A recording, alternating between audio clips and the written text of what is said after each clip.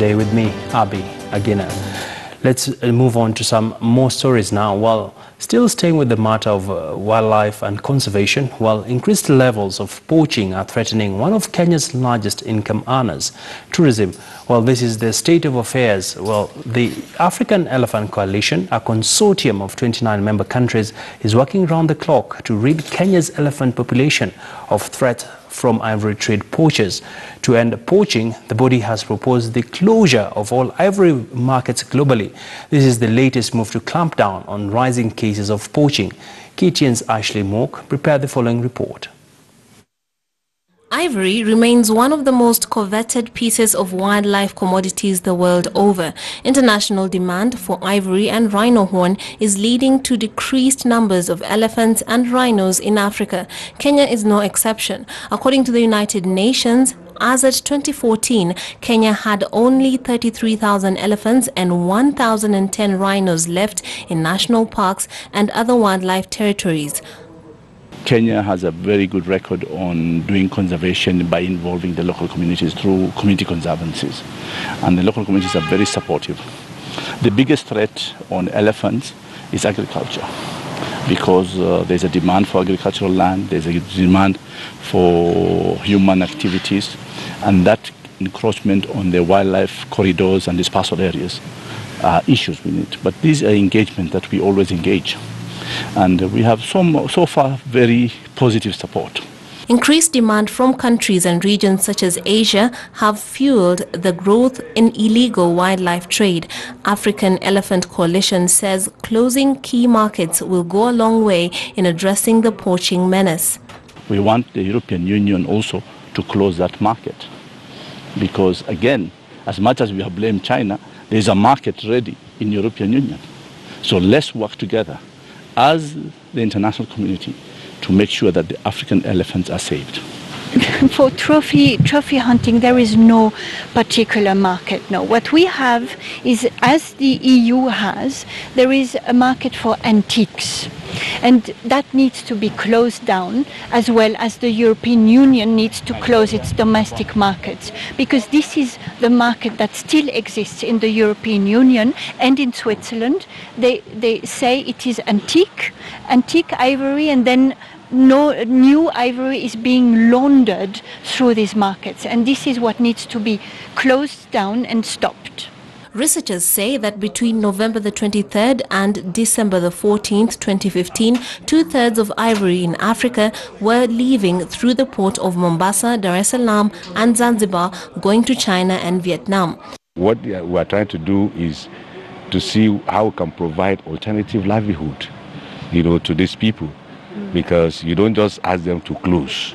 Some of them are arguing this, they've been in this business for a very long time.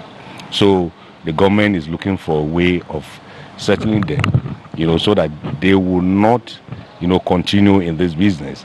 If this trade should continue, then it means we want to wipe out the population of African elephant, and which is dangerous to us and even to the generations to come.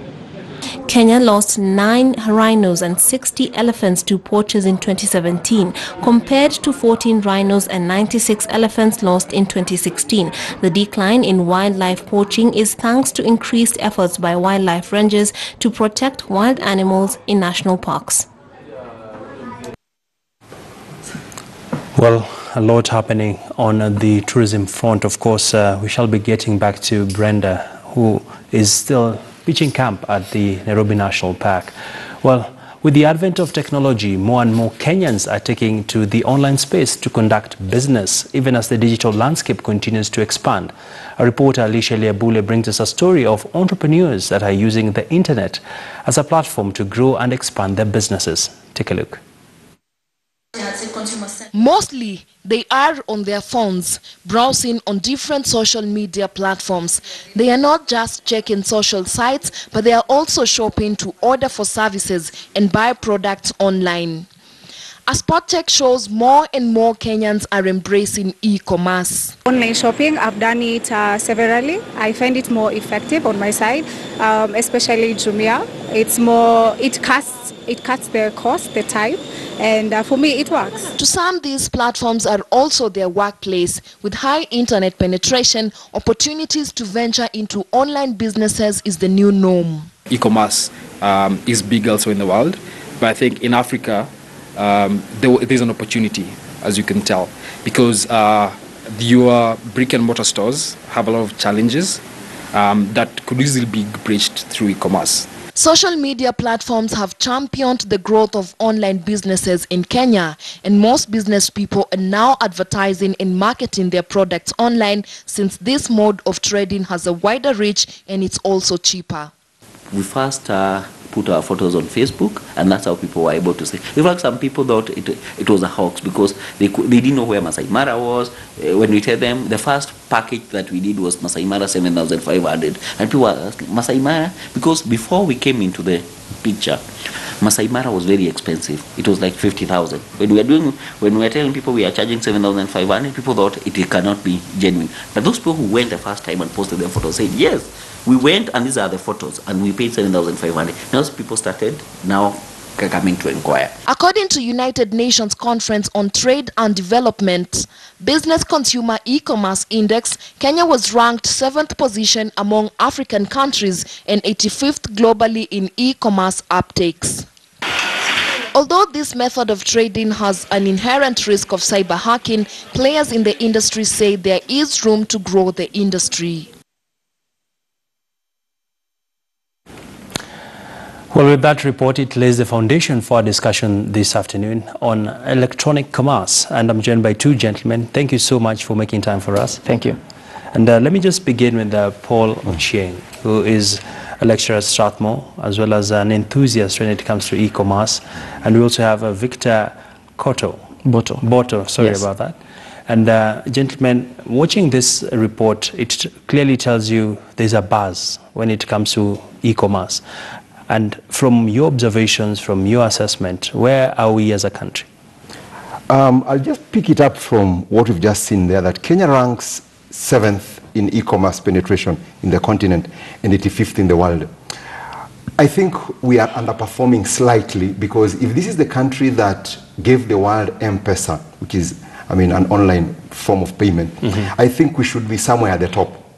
And we can learn from other African countries which have gone far ahead, like Nigeria.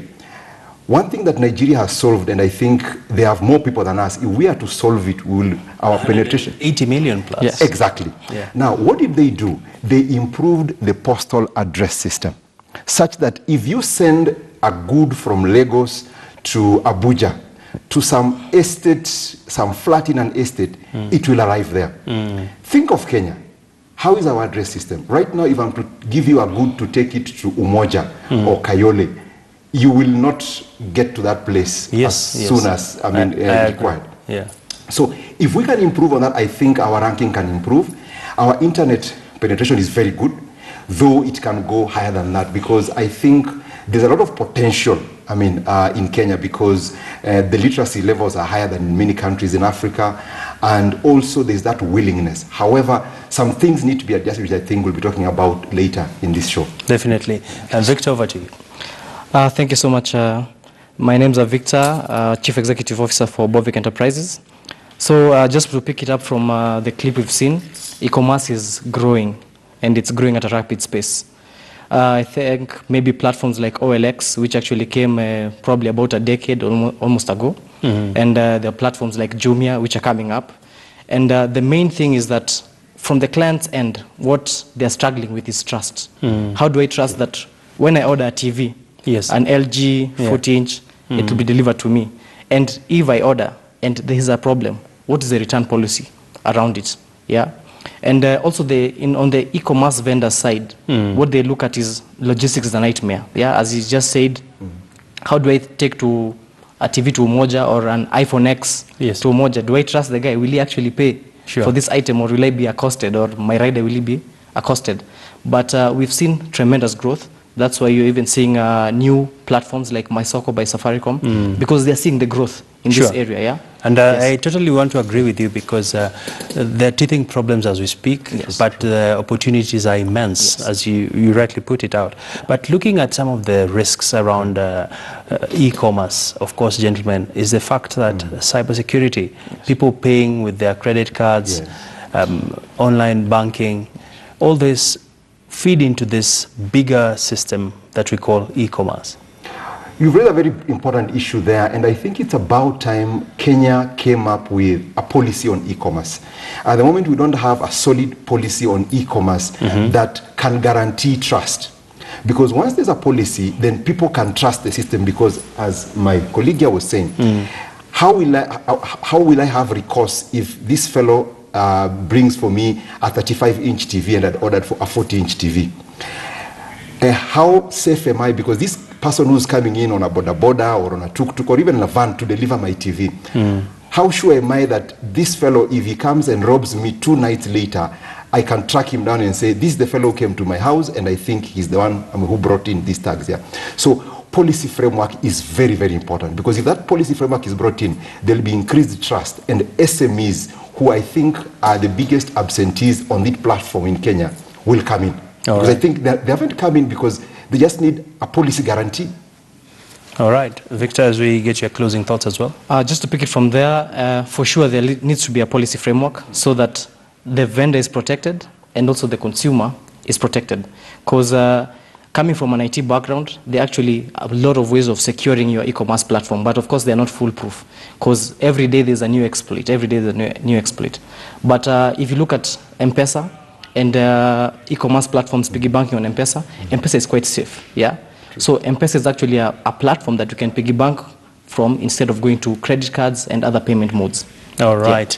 And you have the final say. Of course, Strathmore is also organizing a conference. Could you just briefly tell us about this as we wrap up? Okay. Because of the great potential that is there in e-commerce, we are organizing an e-commerce Kenya conference on the 5th and 6th of March.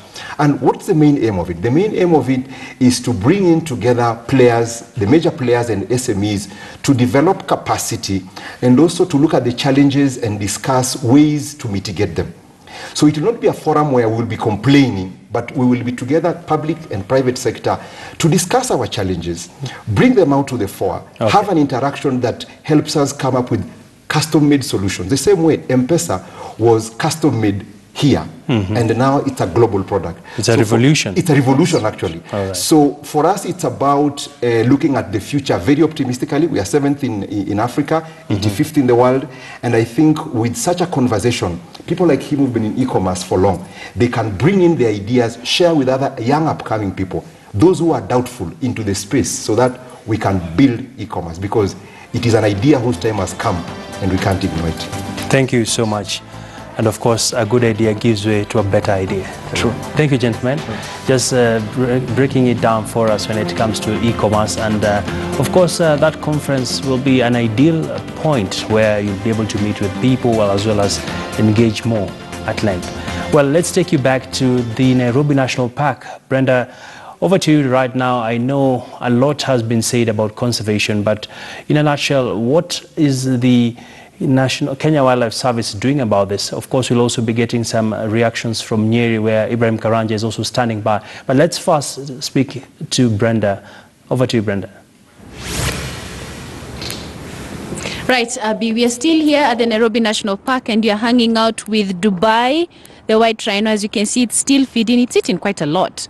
Eating some fresh hay that it was given about 1 hour ago. It's been eating for the last 1 hour. But away from Dubai, there are only, incidentally, a very interesting fact to note, there are only 122 white rhinos left in the country. To give us reasons in regard to this, we are joined by Paul Gathitu. He is the Corporate Affairs Manager here at Kenya Wildlife Service. Paul, just tell us, have you made any headways when it comes to poaching, especially in Kenya? I think in the last maybe 3-4 years, Kenya has been applauded for the effort that we have put in terms of making sure that poaching is contained. And we are top of the list in terms of looking at countries where the efforts have paid off. It's a combination of making sure that law is put in place, a very punitive and deterrent law, 2013 Wildlife Conservation and Management Act. And then also we liaise with the international community so that through CITES, the Secretariat, and we have Interpol, we work together to make sure that if anybody is trying to traffic, then they find it very difficult to pass through our areas. And so it is with the law enforcement agencies in the country. So whether it's customs or whether it's Ports Authority or Airports Authority, all of us are on the lookout. So it's not just KWS that you're going to be dealing with. It's communities, because everybody has been sensitized, and this new law has brought everybody to play a role on board. You may take examples of particularly rhinos and elephants. These are the iconic ones, and therefore we keep a very close eye on how we are progressing. 2 years ago, we lost 86 elephants. That has dropped to 80 for 2017 and to 38 for last year. So we are seeing a big improvement. The rhinos moved. We lost 4 last year. We had lost 9 the year before and 10 the previous year. So again, you can clearly see that the effort that has been put, in terms of looking after our animals has paid off. So in fact, poaching is not such a big issue. Yes, we are not relenting. We are still very alert and on the lookout, but it's not a big issue as it was maybe 4 or 5 years ago. Very quick, just tell us, there's a proposal to close down the key markets, especially in Europe and Asia. What do you make about this, briefly? Yeah, we want that to be stopped, because if the markets are not there, who would bother to grow, things to take to the market? So we know that it will play a very big role if Europe closed, if the remaining countries in Asia closed. So we are looking forward, and we've urged, in fact, as we prepare to go to CITES, we are urging all countries to stop even the internal ivory market trades. Thank you so much, Paul Gathitu. We have been speaking to the Corporate Affairs Manager here at Kenya Wildlife Service, and the key takeaways, of course, include the fact that closing down the markets will be a key factor going forward in terms of addressing the poaching problem. And at the same time, he says that it's not only left to the officers, to the people in charge of parks to address the problem, but collectively the community should be involved in addressing this particular challenge. And at the same time, we also thinking of roping in international organizations so that they can play a part and officially address the problem as a whole. Thank you, Abby. We have been coming to you live from the Nairobi National Park, and it should be exciting to see some other animals aside from Dubai, my new friend. All right. Please pass our regards to Dubai. And of course, it's a story for another day to talk about when it comes to matters to do with why it's called the white rhino. Well, let's take you now to Nyeri, where my colleague Ibrahim Karanja is also standing by. And very good afternoon, Ibrahim. Quite some interesting discussions there on wildlife conservation. I don't know, what are the hoteliers in Nyeri saying about, of course, when we see wildlife concerns being raised, it also has an impact on the number of tourists who come. If we don't have the right elephants, if we don't have the right populations, definitely this will impact on people visiting the country. What is the mood like, and what are the sentiments of the hoteliers in Nyeri? Well, a very good afternoon to you, Abby. I am in Naromoro, which is a town actually that borders Laikipia County and Nyeri County, and very few meters from the Mount Kenya National Park, where very many tourists have in the past been coming just to see what this mountain has to offer in terms of mountain climbers. And Abby, the questions that you have asked will better be answered by Edward Wangeshi, who is the chairperson of the Kenya Association of Hotel Keepers and Caterers. And Edward, even as I bring you in, kindly start by telling us, in terms of tourism conservation and in terms of wildlife conservation, in terms of the ranches in Laikipia County and in terms of Mount Kenya, what are you doing to ensure that you conserve tourism and tourists still keep on coming to Kenya and continue bringing in income even at the wake of the dangers that the country has in matters terrorism and such? Thank you so much for that good question. To begin with, I would like to borrow from our own experience as Naromoro River Lodge in terms of Green Lodge and sustainability. Since the lodge was started, as you can see the environment that it is in, it is set up on trees, which is very good.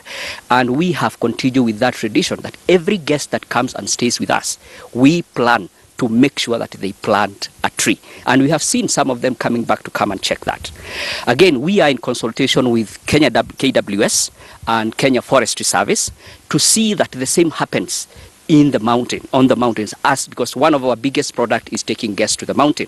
So what we do is, in liaison with the porters and the guides, we want to ensure that every guest that climbs the mountain, including from other players that take guests to the mountain, that every guest can carry a tree that is indigenous to the forest. As you are aware, any tree that is planted in any ecosystem does not only affect positively the ecosystem of that place, it affects miles and miles away, which is something that we want to continue advocating, as well as engaging with the county environment dockets. You are placed at a very vantage position in terms of tourism, tourists coming to your area, in terms of Laikipia County and Nyeri County. You're in between. We know of the ranches in Laikipia County and the wildlife. Recently we heard of a new form of leopard having been spotted. Probably, how do you take that, and do you think it will help in improving the tourism sector in the country? Being in Nyeri and Laikipia, one thing is the entire Mount Kenya region in terms of tourism. We have got quite a diverse, our product offers is very diverse in terms of what we offer, because apart from the mountain, we have the ranches, we have the game, and we have now the option of, apart from relaxing, we have the option of adventure and sports. And already you are aware that within the Mount Kenya region, for example, in the mountain, one of the biggest sporting events that happens every year is the Lewa Marathon. We have also Mount Kenya Epic, which is about biking and cycling, 4 to 10.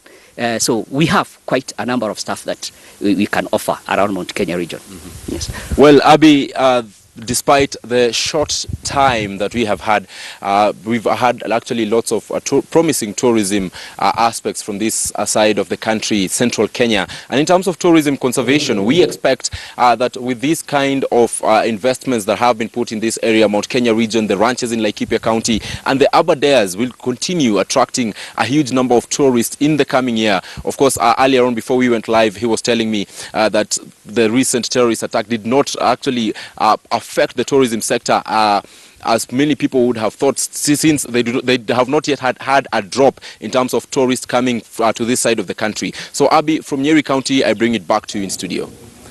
Thank you so much, Ibrahim Karanja, for just having that candid conversation on wildlife conservation. Of course, time has elapsed and we have to bring it to an end right now.